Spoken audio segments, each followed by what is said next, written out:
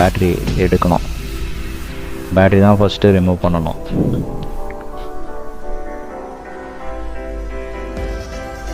Battery ஸ்க்ரூஸ்லாம் remove பண்ணிவிட்டு battery remove பண்ணணும்.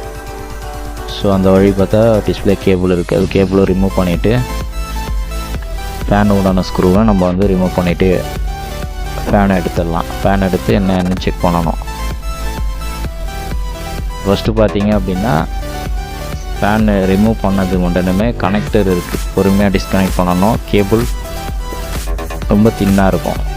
So பார்த்தோம் அப்படின்னா அதுலேருந்து ஒரு டஸ்ட் ஒன்று விழுந்தது பாருங்கள், பிளாஸ்டிக் பார்ட்.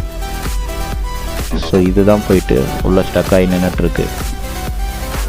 ஸோ அதை ரிமூவ் பண்ணிவிட்டு ஃபேன் நல்ல கண்டிஷனில் இருக்கான்ட்டு ஒரு வாட்டி க்ளீன் பண்ணி போட்டுடணும். வேறு எதனா டஸ்ட் இருந்ததுன்னா அகெயின் ஃபேனில் போயிட்டு லாக் ஆகிடும். ஸோ அதனால் க்ளீன் பண்ணிவிட்டு ஃபேன் நல்லா செக் பண்ணிவிட்டு